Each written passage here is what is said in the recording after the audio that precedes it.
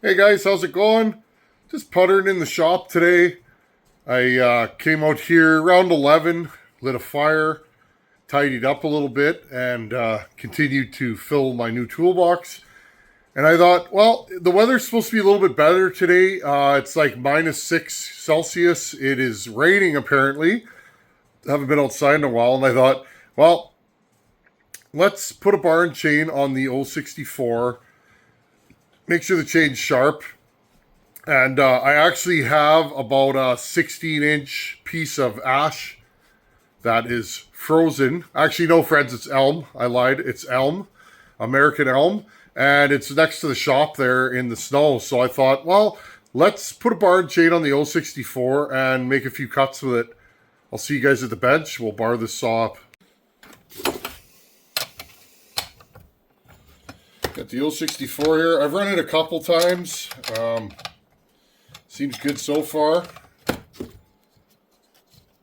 I don't know. Seems typical of what I try and build. I'm not always successful in my endeavors, as you guys know, but I show that. It, contrary to popular belief, I said this to a buddy the other day. I'm so concerned with my saw build rankings. I'm not, friends. I'm not in competition with anybody except for myself. And even then, I've said it before and I'll say it again. I don't take this very seriously, which some people will think is nuts. But hard work is what's built this channel. It doesn't matter what I build, does it? Does it really matter? You guys are always here. Sometimes I'm going to build a saw that you're interested in. Sometimes I'm not. Sometimes I make content that I think is going to be a big hit, and it's not. Does that get me down? Nope. I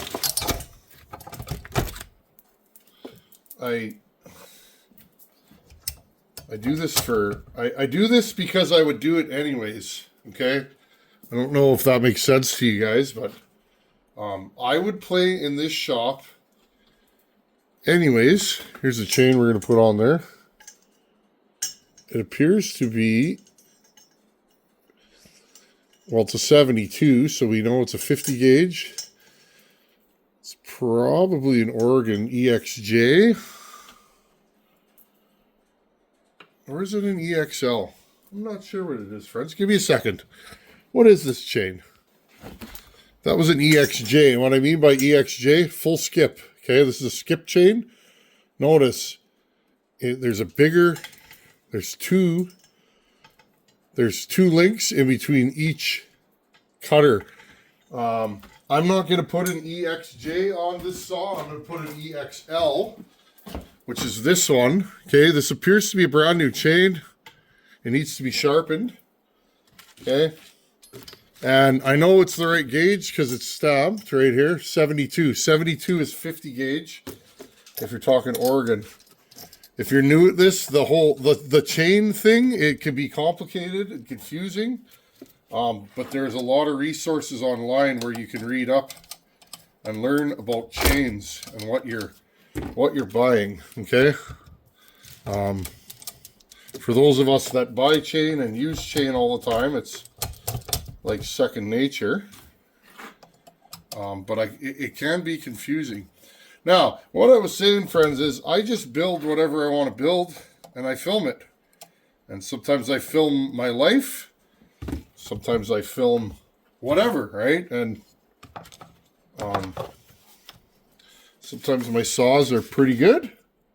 Sometimes they're horrible. That's life, isn't it? And anybody that says every saw they've ever built is amazing is either the best saw builder on the planet Earth, super lucky, or they're fibbing a little bit.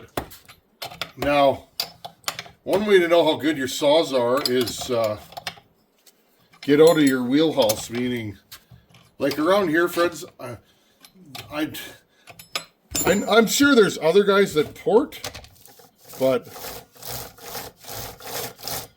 as far as I know, I'm the only guy around here that does port. So I think there used to be one more.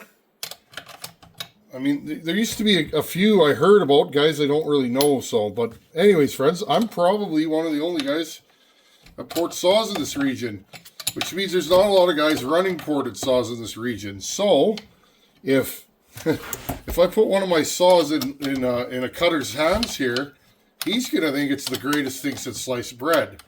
Now, if we were in British Columbia, say, where ported saws are very, very common because there's a lot of timber cutting going on there, my saws might not stack up as good. So, oh, that's going to be way too tight. Weird.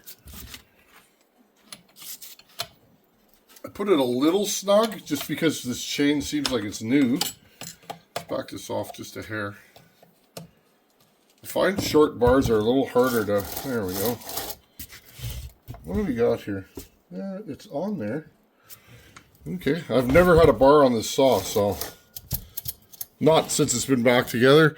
I did mention in the last video that I did cut with this saw once. Just so it's touching there. When it was stock, I attempted to cut and it wasn't very good, so I just parked it. I didn't want to scuff the OEM cylinder up or do any damage to it because I knew. What is going on here, friends? Oh, I know what's going on. This bar plate is rubbing. See, all these little things is why I test saws before I mail them. Because you wouldn't want to send this across the world or to another country or across your own country and have this problem. Because you can't expect whoever's running your saw to be a mechanic. Okay, let's see. Remember those bar plates when we were putting this together? Go back a video or two. I mentioned how they're hard to get in. Oh, I see. Okay, well, right here. So these screws I used for these dogs may be slightly too long. I'm gonna hit those with a grinder. You guys see that? See, that's sticking out, and the bar plates are actually hitting them. So we don't want, yeah. So I'll just do that off video, or off camera. I'm just gonna grab my grinder and hit both of these. Give me 2 seconds. Here, we'll aim you guys down. There you go. I just touched them with my grinder to make them more or less flush.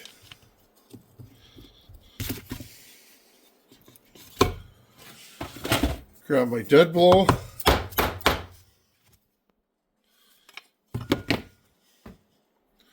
Okay, and this one, all these little things, they're not glamorous on video, but these are the little things that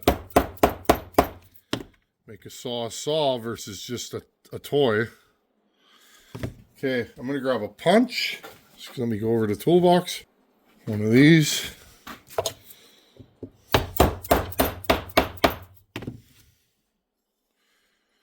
Okay, now hopefully that should be the end of it.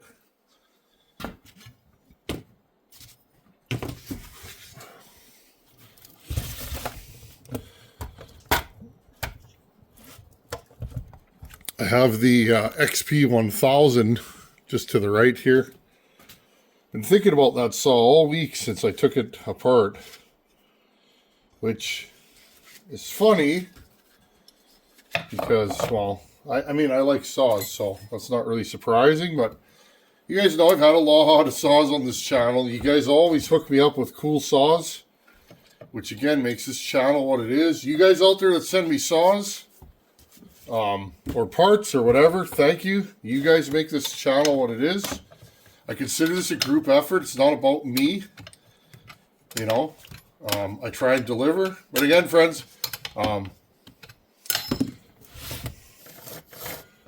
time is the one thing that I lack. A lot of guys, they're bachelors or whatever, and they have a lot of free time, as you know. They hang out in the shop every night. That is not me. I am not in the shop every night. A couple nights a week, and then usually one day on the weekend. So, because I mean, friends, when you're in the house and your 3-year-old, your cute, gorgeous little girl says, "Daddy, stay inside. Daddy, I want to play." You're going to play with her. At least I am. There, see, no issues. But yeah. So again, just thank you guys. This saw came from one of you. The parts on it came from that person, and wouldn't even have this saw. Now I'm looking at this chain. It feels fairly sharp, but I'm going to give it a little touch up. I'll just stand to one side here, and I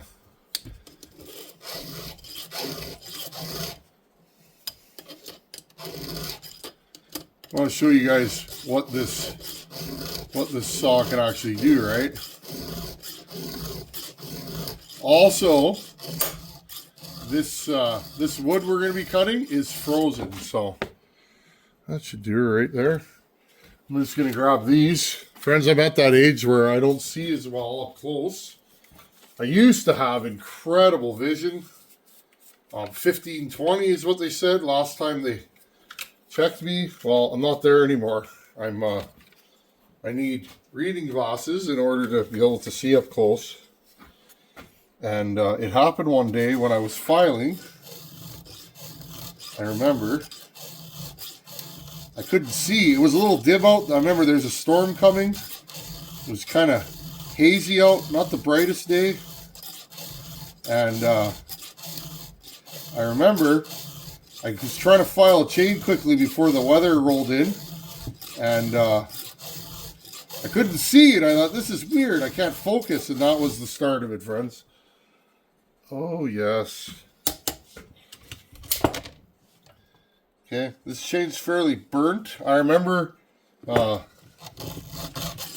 day I used this chain, I was cutting dirty firewood, and it got scuffed pretty good. That will do. Now again, friends, I'm not a professional. I can sharpen a mean chain, but there's guys that are a lot better than me. It was actually impressive when we went to Bucket Stock. You guys were filing my chains for me at the filing clinic because, well, I just didn't have time, right? And I wanted people to be able to run my saws. And there was a couple of you guys there that, wow, your chains, see, there's a little burr on there. And once that burr comes off, oh, she's sharp. And you don't want it to be convex or concave. That was the thing that I've learned over the last many years. If it's convex or concave, guess what? Your chain will go dull. But yeah, I ran some of your guys' filing at Bucket Stock, and I was very, very impressed. Especially, I was running like a 66cc build. Something that, 66 cc's in decent sized hardwood, they can be a little chain picky. And I mean, it'll pull a hungry chain, but not, not the smoothest. And even that, guys were filing on that saw, and the chain was just smooth. Made my saw look really good, so. Okay, guys, I'm just going to go over, finish sharpening this, and we'll touch up the rakers. I have to laugh. I found this in the bed of my truck. She's a little rusty, but she'll do. This is my winter raker gauge. This thing's very, very thin. For winter time, I find a slightly lower raker will get the chain cutting a little bit better, is what I find. Okay, guys, I'm just gonna finish this up. Put a little bar oil in here. Now there's Another thing, I haven't seen this thing oil yet, so both pre and post rebuild, because before, I guess I did make a couple cuts with it, but I don't remember if it oiled. And when I got this thing and I fired it up on video, it didn't have any oil on it in it, so I'll put a little splash of fuel in there. I checked all the rakers. Seems to be okay. Okay, I'm going to fuel this thing up. Let's get it warm, tune it, and let's just go outside and make a couple of quick cuts. And at least we'll see where we're at. This chain's nice and sharp. I didn't lower my rakers a ton. I want to see. Sometimes in winter, I'll take an extra swipe or two off of them. Usually about a swipe, just to see if I can get a little more bite. But this chain's nice and sharp, so we'll see what it does. I'll see you guys outside. Okay, guys, cold start. This thing may be lean because I've been tuning it in a warm shop and it is cold outside, so we'll see. Okay, cold start. Haven't started this in a couple days.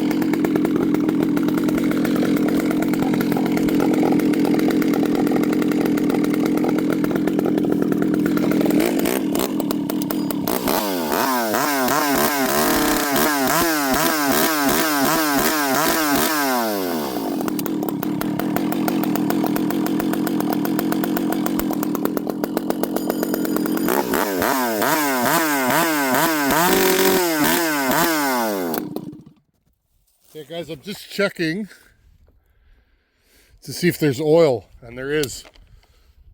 Okay, let's make a few cuts here, and this clutch is still kind of funky. Maybe I'll move you guys over here, so. Okay, 16-inch American elm, very hard stuff, and it's frozen. It's been outside all winter. It is -6 today, and it's been -25 for a month, so take what you will from that.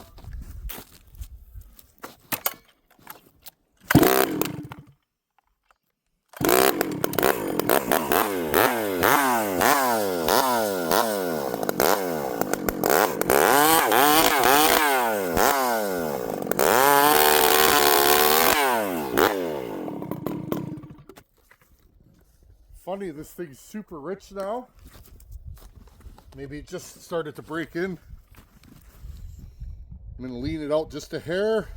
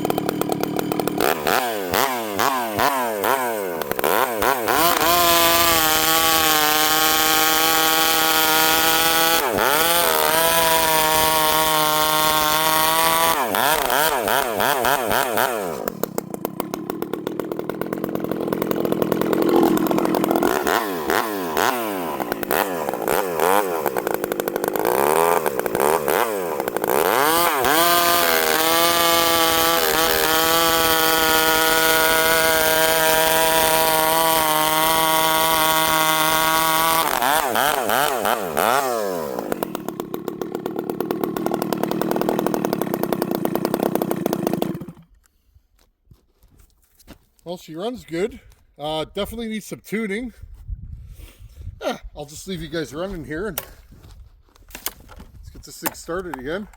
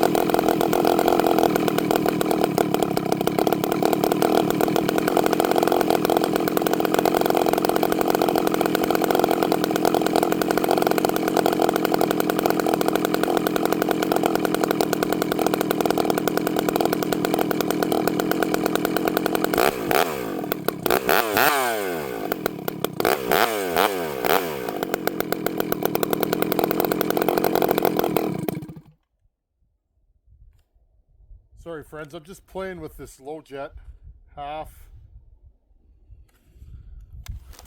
Try this again, just start now.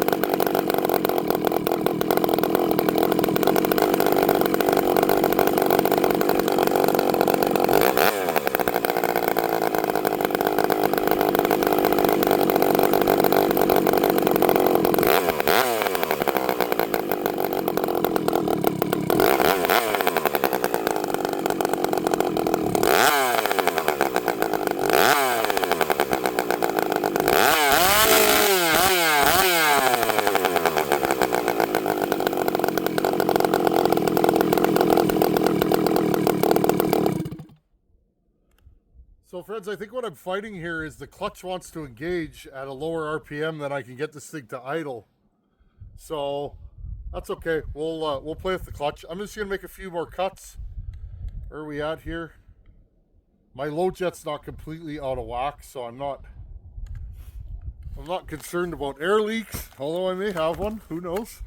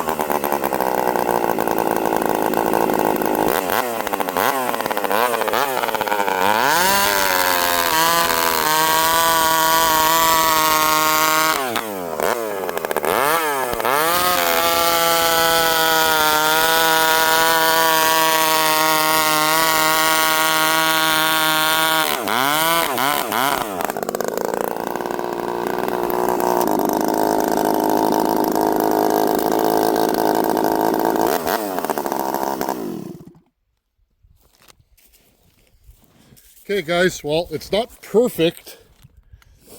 This thing's strong.